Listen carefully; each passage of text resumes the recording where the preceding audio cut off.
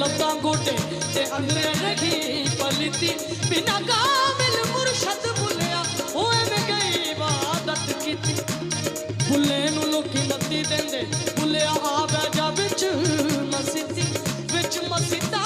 दे की कुछ हुंदा जे दिलों नमाज ना नीती बारों तोए लत्तां गोटे ते अंदरे रही पलती तेरा दिल खड़ावे मुंडे कुड़ियां सजदे करे मसीती कन्ना नू हथ लावे पहले फिर नमाज दा नीती ओ दुनियादार रब दे नाल भी 420